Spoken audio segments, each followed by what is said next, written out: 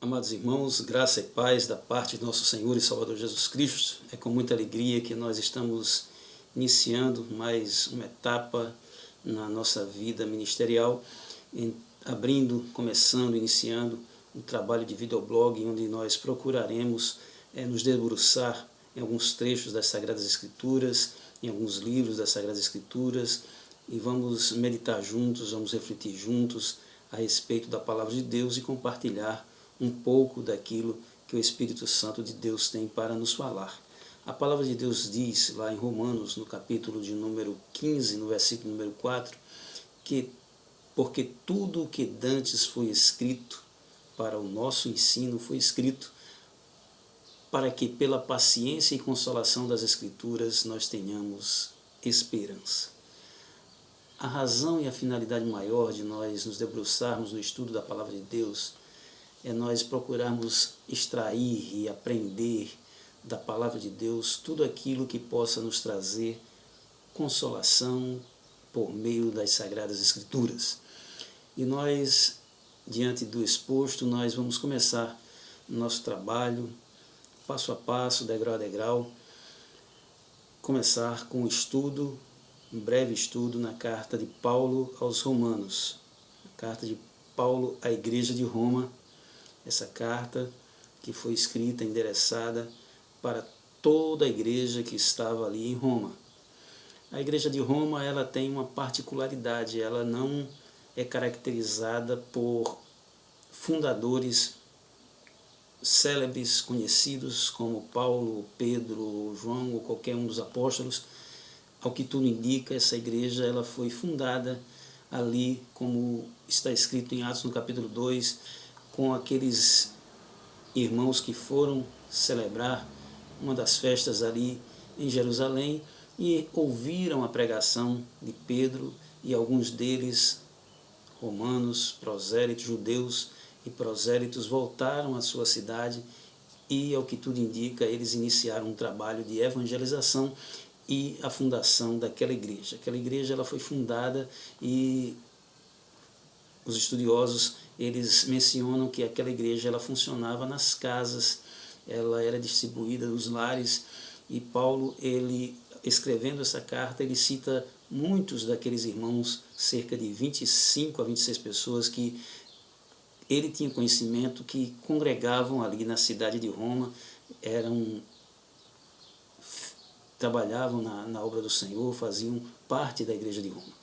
Aquela igreja que, como nós dissemos, não teve nenhum fundador conhecido, mas com certeza o Espírito Santo de Deus aprove a ele fazer uma obra tremenda naquele lugar, de maneira que a fé daquele povo se tornou notória, e se tornou notória de tal maneira que Paulo desejou conhecer aquela igreja, ter contato com aquela igreja e comunicar algum dom para aquela igreja.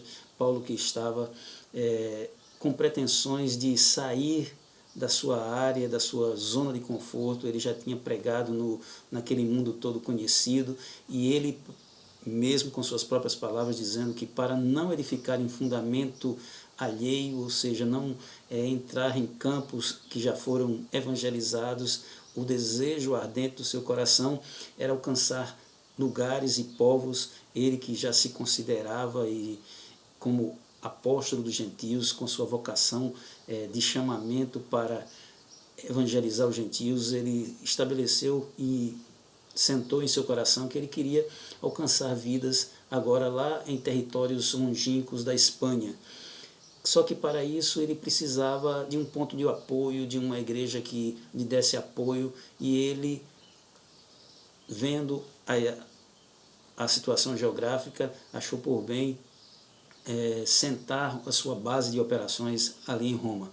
Só que ele não era conhecido em Roma, ele não, apesar de ter aqueles irmãos que o conheciam, aquela igreja não o conhecia pessoalmente, e assim ele resolveu escrever para aquela igreja, já expressando o desejo. Ele tinha um desejo tremendo de conhecer aquela igreja, só que havia alguma coisa que naquelas circunstâncias ainda o impedia de ir, e ele escreveu esta carta que tem como objetivo primeiro de se apresentar àquela igreja e se mostrar para aquela igreja como Paulo, o apóstolo dos gentios, e levando a mensagem, a boa nova do Evangelho, que é poder de Deus e salvação para todo aquele que crê.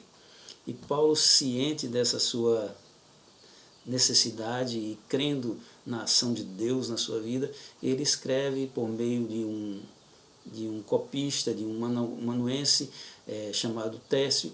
Ele escreve esta carta e envia. Ele estava lá em Corinto, ou que tu me diga, em Corinto, cerca do ano 56 a 58 depois de Cristo. Ele escreve essa carta, não é, ditada àquele seu escriba, aquele seu copista, e por meio de Febe, uma diaconisa da igreja conhecida, ele entrega essas cartas à mão de Febe e recomenda que a igreja em Roma a receba como convém aos santos. Assim se tornou célebre aquela frase famosa e bem conhecida que intitula as cartas de recomendação das igrejas por onde as pessoas vão, levam normalmente uma carta de recomendação, e assim Paulo recomendou Febe àquela igreja. Então, diante do exposto, nós gostaríamos de iniciar e vendo a importância dessa carta. Essa carta ela é tão importante no contexto do cristianismo que ela é considerada o evangelho dos evangelhos. Calvino, falando a respeito dessa carta, ele disse assim: se nós atingirmos uma verdadeira compreensão quanto a essa epístola, a epístola de Romanos, nós teremos uma porta aberta para todos os tesouros mais profundos da Escritura. Esse livro é considerado pelos estudiosos o livro mais importante do Novo Testamento.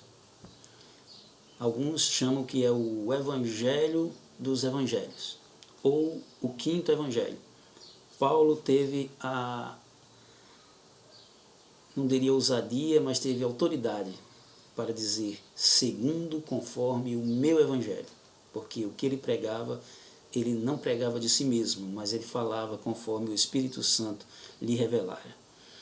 Paulo, ele começa este livro, e nós vamos, depois dessa breve introdução a respeito das características dessa carta, essa carta que entrou logo no cânon sagrado, ela é a 6ª carta escrita por Paulo, mas é a primeira a ser reconhecida como um dos livros sagrados no cânon, em virtude da sua autenticidade, em virtude da sua autoridade e todas as características que marcam um livro e caracterizam um livro como sagrado.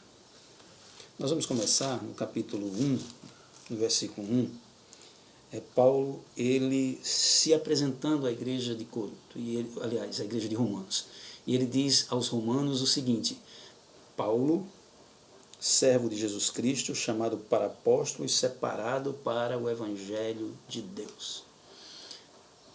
As cartas, normalmente, elas seguiam certas características, e as características principais daquela época era fazer uma introdução de apresentação, e ali Paulo ele se apresentou àquela igreja, se apresentando como servo de Cristo, e chamado para apóstolo e separado para o Evangelho de Deus.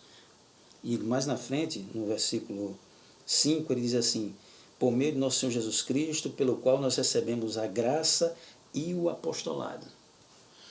Paulo, ele tem uma característica de que ele se converteu após a ressurreição de Cristo. Ele não conviveu como os demais apóstolos com Cristo, mas aprove a Deus pela sua misericórdia chamá-lo e resgatá-lo.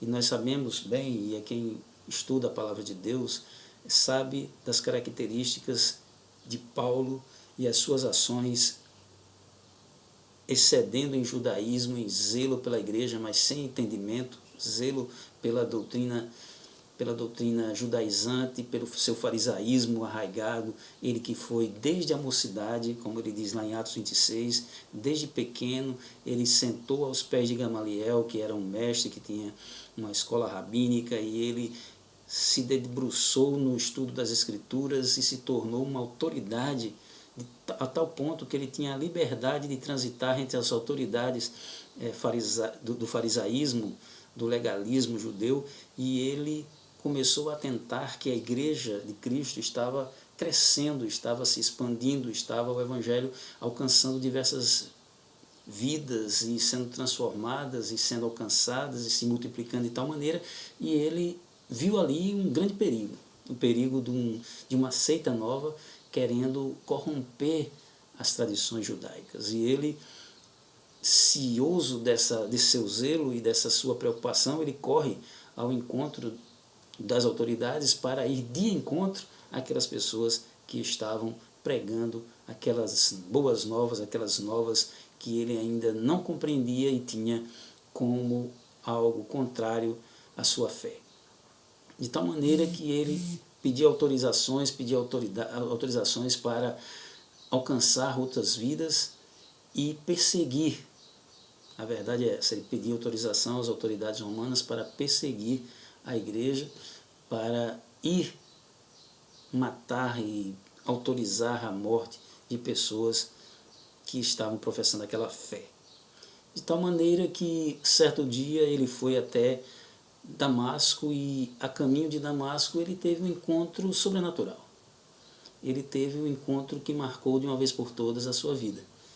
Em caminho a Damasco para perseguir aqueles que eles consideravam uma seita, a Igreja do Senhor, meio-dia, sol a pino, mas ele viu uma luz brilhando muito mais que a luz do sol, e aquela luz que brilhava mais do que a luz do sol, a partir daquela luz surgiu também uma voz dizendo: Saulo, Saulo, por que tu me persegues? E Saulo, já caindo do cavalo, ele disse assim: mas quem és, Senhor?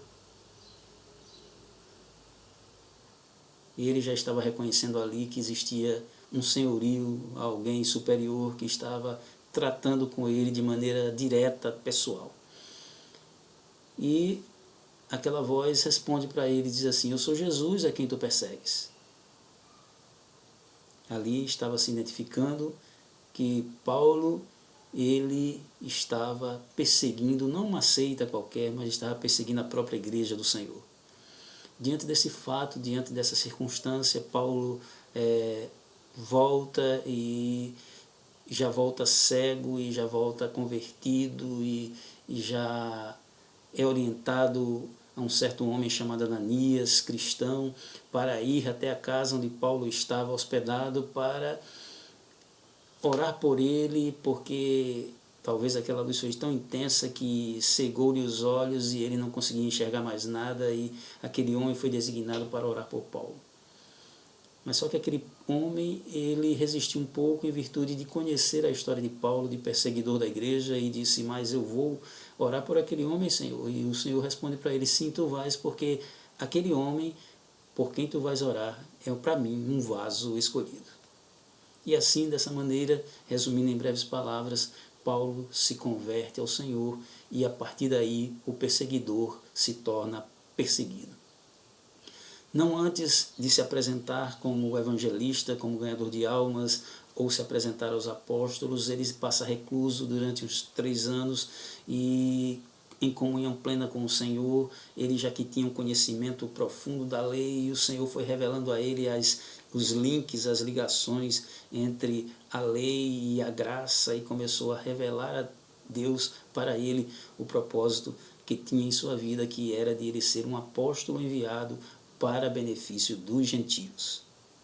E assim Paulo, ele se apresenta e começa a evangelizar, e começa a fazer suas viagens missionárias, e começa a ganhar almas para o Senhor, e em face disso, ele começa a ser perseguido, começa a ter o seu apostolado colocado em dúvida, colocado em xeque, e por conta disso, Paulo, ao se apresentar à igreja de Romanos, na introdução da sua carta aos Romanos, ele já se identifica como um apóstolo que foi chamado por Jesus Cristo, separado por Deus, e recebeu a graça e o apostolado da parte do próprio Senhor. Paulo ratifica a sua condição de apóstolo. O apóstolo não é aquele que se faz apóstolo, não é aquele que se diz apóstolo. O apóstolo é aquele que é chamado por Deus para ser apóstolo. E tinha as características, não é, que nós sabemos de um autêntico apóstolo: é ter visto o Senhor Jesus Cristo, ter testemunhado dos seus milagres, daquilo que ele fez, da sua ressurreição. E Paulo era uma prova inequívoca de que, mesmo após a morte e ressurreição de Cristo, ele foi chamado para ser um autêntico apóstolo, e assim ele defendia, nessa introdução aos Romanos, a sua condição de apóstolo, de evangelizador, de ganhador de almas no mundo não judeu. Paulo ele destaca essa sua necessidade de ir até Roma. Lá no capítulo 15 ele descreve bem as suas intenções, como nós dissemos no início, que era montar a sua base missionária lá em Roma. Ele escreve, como diz aqui no capítulo 1, os destinatários desta carta é para todos os que estáis em Roma, amados de Deus, chamados santos.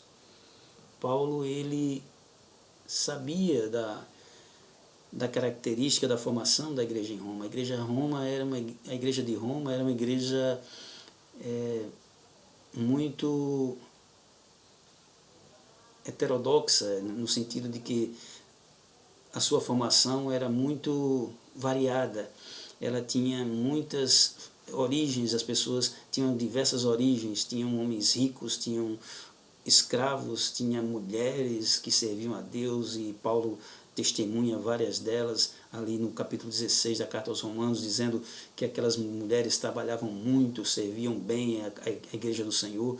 E Paulo também destaca que ali havia os judeus e havia os gentios, e assim aquela igreja era uma igreja de diferentes matizes, diferentes origens, as pessoas tinham diferentes características, porém ele escreveu para todos que estavam ali, independentemente de ser judeu ou gentio, de ser da sua condição financeira, social, de gênero.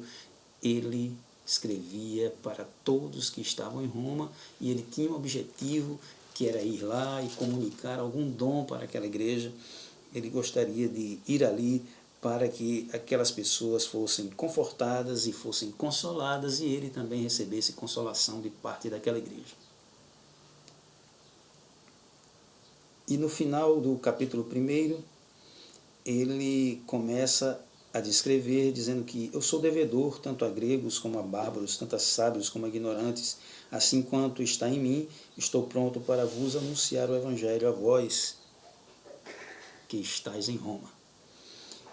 E Paulo também diz assim, porque não me envergonho do evangelho de Cristo, porque é poder de Deus para a salvação de todo aquele que crê, primeiro do judeu e também do grego.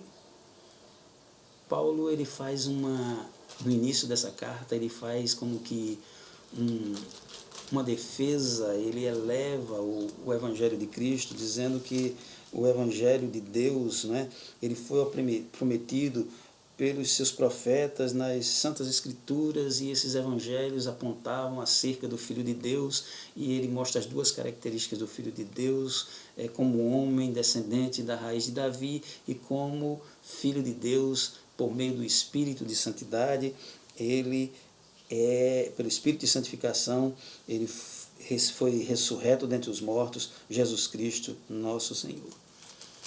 E Paulo, ele diz assim, eu não me envergonho desse evangelho. Esse evangelho, as boas novas de Cristo, não me envergonho, porque é poder de Deus e salvação para todo aquele que crê.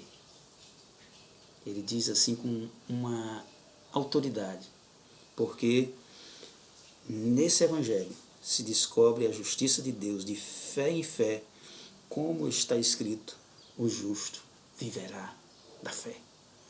Esse é o tema central da carta de Paulo aos Romanos. Paulo destaca, usando aquele versículo lá de Hebreus, aliás, de Abacuque 2 e 4, ele diz assim que o justo viverá da fé, ou viverá pela fé. Então, meus amados irmãos, nesse nosso primeiro contato, eu gostaria de deixar esta introdução, ressaltando a importância da carta de Paulo aos Romanos. Nós vamos publicar, de agora em diante, alguns outros vídeos. Nós seguiremos comentando esta carta, que os queridos possam acompanhar, que possam desfrutar e possam meditar junto conosco das Sagradas Escrituras, sabendo que tudo que antes que foi escrito para o nosso ensino, foi escrito para que pelo gozo e consolação das Escrituras nós tenhamos esperança. E para encerrar, eu gostaria de trazer o testemunho de alguém que foi tocado, foi transformado, foi alcançado pela graça de Deus por intermédio da leitura dessa carta. Na verdade, este homem, ele era filho de uma mulher crente, uma mulher fiel, uma mulher dedicada em oração. E o nome deste jovem se chamava Aurélio Agostinho, que depois se tornou o célebre Santo Agostinho, de bispo de Hipona. Mas antes dele se tornar bispo de Hipona, ele precisava se converter, evidentemente, e a sua mãe, como uma mulher fiel a Deus, ela buscava a Deus em oração, buscava a presença do Senhor, para que o Senhor convertesse o coração do seu filho, que vivia entregue aos prazeres, que vivia no mundo, além dos prazeres carnais, no mundo das filosofias, do platonismo, e precisava de alguma maneira ser resgatado. E aquela mulher orou muito, e aquele jovem, ele vendo os conflitos que ele passava, vendo os seus amigos se convertendo, vendo que ele precisava tomar uma decisão na sua vida por Cristo, ele chegou a essa crise existencial, e no meio da sua crise existencial ele estava em um determinado lugar com um amigo chamado Alípio, e naquele lugar, uma espécie de quintal, no campo, ele escutou crianças cantando, e ele diz aqui no seu testemunho, no livro Confissões de Agostinho, ele diz assim, contando a respeito das agruras da sua alma e da sua vida, ele diz assim: assim falava e chorava, oprimido pela mais amarga dor do coração. Eis que de súbito ouço uma voz vinda da casa próxima. Não sei se era de menino ou de menina, cantava e repetia frequentes vezes. E o verso que as crianças cantavam era: toma e lê. Toma e lê. Diante de ouvir aquela canção, aquele verso na voz das crianças, imediatamente, mudando de semblante, diz Agostinho que ele começou com a máxima atenção a considerar se as crianças tinham ou não o costume de cantarolar essa canção em algumas das suas brincadeiras. Vendo que em parte nenhuma a tinha ouvido, reprimi o ímpeto das lágrimas e levantei-me, persuadindo-me que Deus só me mandava fazer uma coisa. E sabe o que era? Era abrir o livro, o códice, as Sagradas Escrituras. Ele só pôde entender isso. Era que Deus estava falando ao coração dele por meio daqueles versos da canção daquelas crianças, para que ele fosse consultar as Escrituras. E o que foi que ele fez? De imediato ele correu, pegou as Escrituras e abriu. E quando ele abriu, olha onde ele abriu. Romanos 3:13. Vai, aqui diz: não caminheis em glutonarias e embriagueis, nem em desonestidades e dissoluções, nem em contendas e rixas, mas revesti-vos do Senhor Jesus Cristo, e não procureis a satisfação da carne com os seus apetites. Deus foi direto ao coração de Agostinho por meio desse versículo da carta aos Romanos. Não quis ler mais, nem era necessário. Antes, apenas acabei de ler estas frases, penetrou-me no coração uma espécie de luz serena e todas as trevas da dúvida fugiram. Então, marcando a passagem com o dedo ou com outro sinal qualquer, fechei o livro. Meus queridos, um testemunho como esse encanta e alegra e eleva a nossa alma para mais perto do Senhor, para nós vermos a importância das Sagradas Escrituras e vermos particularmente no início dessa jornada, deste vlog, onde nós procuraremos meditar e refletir nas Sagradas Escrituras, particularmente na carta de Paulo aos Romanos. Neste início, nós vemos o quão importante é nós atentarmos, como dissemos no início dessa nossa palavra, que tudo que dantes foi escrito para o nosso ensino foi escrito para que, pela paciência e consolação das Escrituras, nós tenhamos esperança. Então, tudo que foi escrito para nós, para mim, para você, para cada um de nós. Porque para que, por meio das Escrituras, nós tenhamos esperança. Que Deus os abençoe, meus amados irmãos, que possamos caminhar juntos, refletindo na palavra de Deus. No próximo vlog nós estaremos tratando a respeito da continuidade da carta aos Romanos, onde fala da condição universal do ser humano diante de Deus e diante da sua vida por conta da sua natureza e aquilo que Deus proveu para transformar o velho homem num novo homem. Que Deus os abençoe. Até a próxima, se o Senhor nos permitir.